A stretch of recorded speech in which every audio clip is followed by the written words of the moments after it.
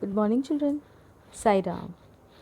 Welcome to the revision session of Political Science Chapter 4, that is, Growing Up as Girls and Boys. Children, I would request you to keep your notebook and pen handy so that you can write down any important points if you feel. So, now let us begin with our revision. So children, in today's session, we are going to revise few topics that we have already covered in our explanation session.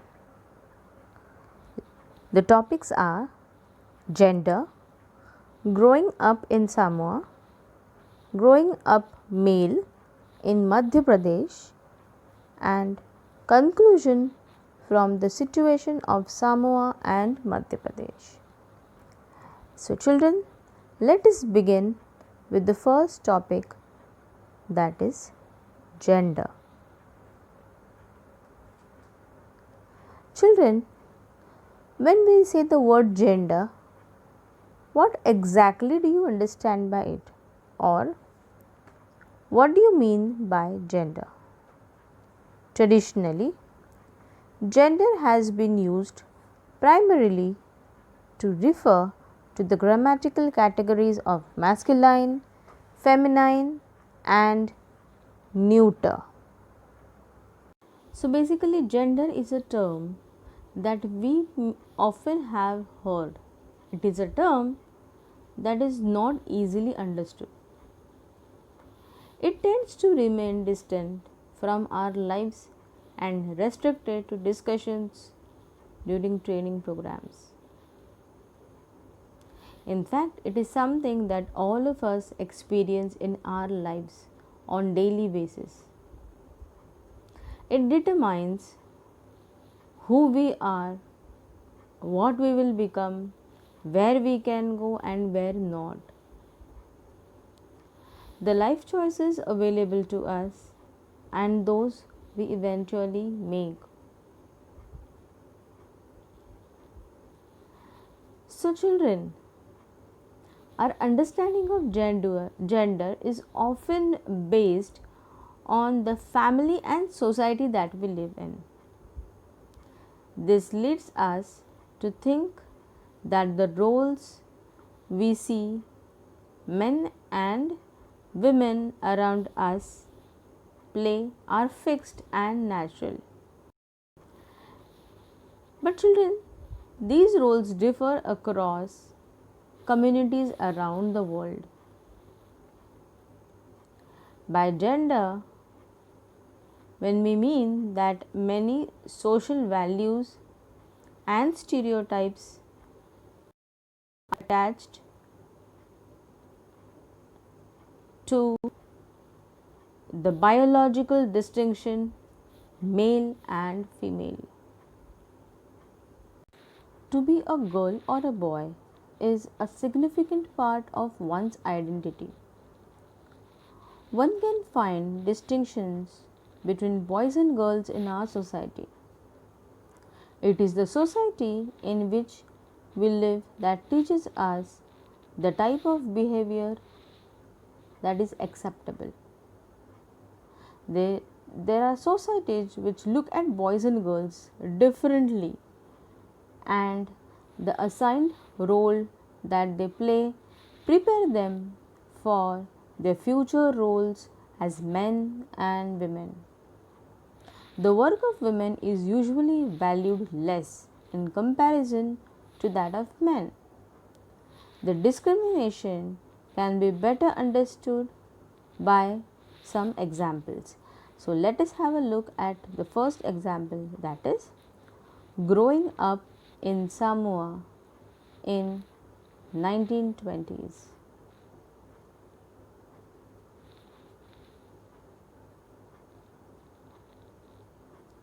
So children, the Samoan Islands are a part of a large group. Okay, large group. Large group of what? Large group of islands. were in the southern part of the Pacific Ocean. So, see, this is a map, okay, and you can see Samoan Islands over here, isn't it, children? Okay, let me zoom it out for you so that you can have a better picture. Okay, so can you see Samoa over here, children? Yes.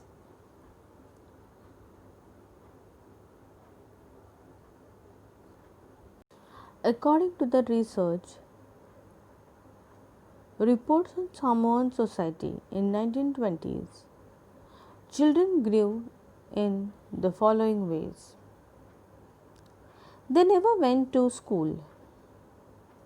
Rather, they learned to take care of children and do household work. And they learned it from other older children and adults. Young children learned to do fishing. They used to take long fishing expeditions. At the age of 9, boys started learning outdoor jobs like fishing, planting coconuts, etc. And girls continued looking after the small children. After the age of 14, the girls also started learning outdoor activities like going on fishing trips, working on plantations, weaving baskets, etc. Cooking was done in special cooking houses where boys were supposed to do most of the work and girls just helped in preparations. The following case is taken from the experience of being in a small town in Madhya Pradesh in 1960. So, children, now we are going to understand growing up male in Madhya Pradesh in 1960. So, from class 6 onwards, boys and girls went to separate schools. The girls' school was designed very differently from that of boys. The girls had a central courtyard where they played in total seclusion and safety from the outside world.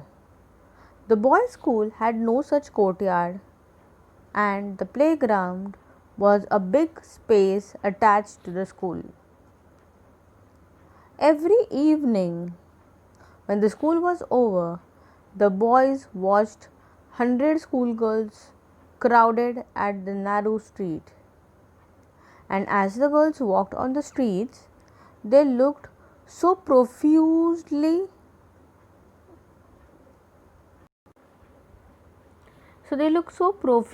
scared, right? This was unlike the boys who used the street as a place to stand around idling, to play, or to try out tricks with their bicycles.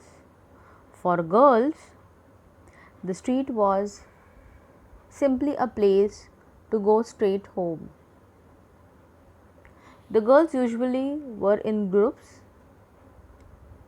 maybe because they were also scared of being teased or of being attacked.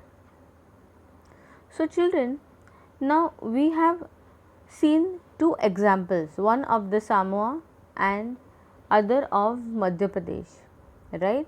Now, let us look at the conclusion, right?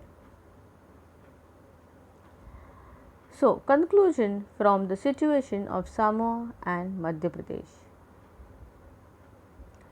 So, from the examples of Samoa and Madhya Pradesh, it can be concluded that there are many different ways of growing up. Girls and boys grow up in different ways. But according to us, there is just one way of growing up. That is the way in which we grew. It is the society that makes clear distinction between girls and boys, and this becomes at a very young age. Now let us take an example. Okay, usually boys are given cars to play, wherein girls are given dolls, right? So indirectly boys are being taught that when they grow up they can use cars, they have the full authority to use cars, whereas the girl has to be inside the house and look after the house, take care of the children. So basically it is the girl's responsibility.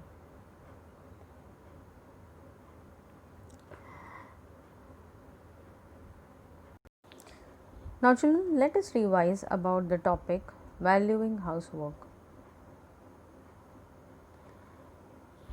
Look at this figure children. Can you see the role of a housewife? She is a mother, wife, teacher, then she is the one who takes care of the house. At times she becomes nurse, at times she becomes maid, cleaner. So she performs so many duties at one time, isn't it children?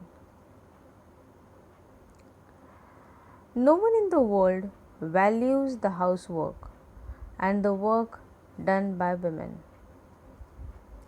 It is women who carry the responsibility for housework and caregiving tasks. Caregiving tasks include looking after the family, children, elderly people, and sick members. Society devalues this work, and this work is not recognized as work, and it is also assumed that this is something women are naturally gifted with.